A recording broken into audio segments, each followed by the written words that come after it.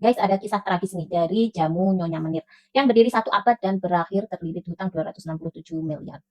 Teman-teman di sini pasti pernah ya dalam suatu masa dalam hidupnya, entah lagi melahirkan, punya anak, atau sakit muntah-muntah atau apapun itu penyakitnya, pasti kalian pernah mengkonsumsi jamu Nyonya Menir.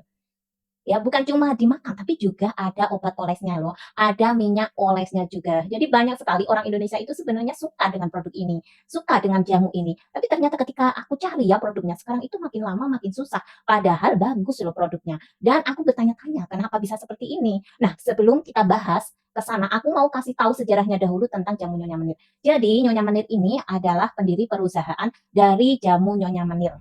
Sebetulnya Nyonya Menir itu nama panggung ya, bukan nama asli. Kalau nama aslinya itu adalah Lopinyu. Nah, awalnya perusahaan ini dikasih nama Jamu Cap Potret Nyonya Menir. Kenapa?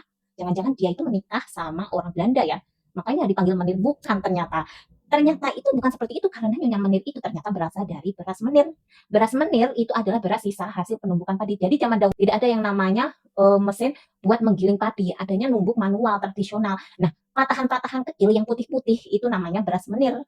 Kalau zaman dulu itu ditumbuk ya. Nah, sisa padi tersebut, sisa dari beras tersebut namanya beras menir. Kalau orang kaya itu makannya beras yang utuhan seperti yang kita makan, tapi kalau orang miskin biasanya makan beras sisa. Tapi ada ilmu yang esensial dari beras menir ini ya, yang enggak banyak orang tahu dan sebetulnya beras menir itu kalau di luar negeri ini ada kelebihannya. Kenapa? Karena dia itu pecahannya itu lebih kecil dan kalau di masa itu bulirannya itu halus. Kalau di Indonesia itu dianggap berasnya orang miskin.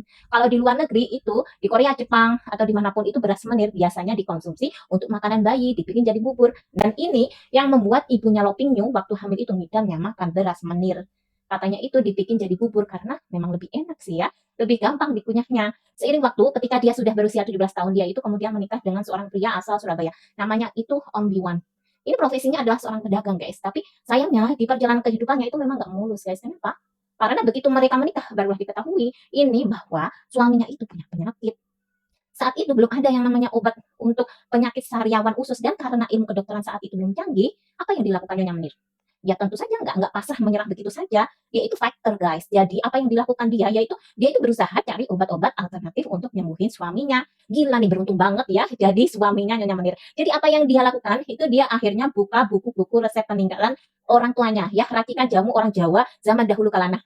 Dan akhirnya dia itu meracik jamu sendiri. Dan ternyata Om Mobiwan pun akhirnya itu sembuh dari sakitnya. Yang saat itu nggak ada yang namanya yang bisa nyembuhin penyakitnya. Semuanya udah angkat tangan. Rumah sakit, dokter, apapun itu sudah nggak bisa. Tapi hanya Nyonya Menir yang bisa sembuhin suaminya sendiri. Dan sejarah mencatat jamu yang diracik oleh Nyonya Menir adalah obat tradisional pertama di Indonesia.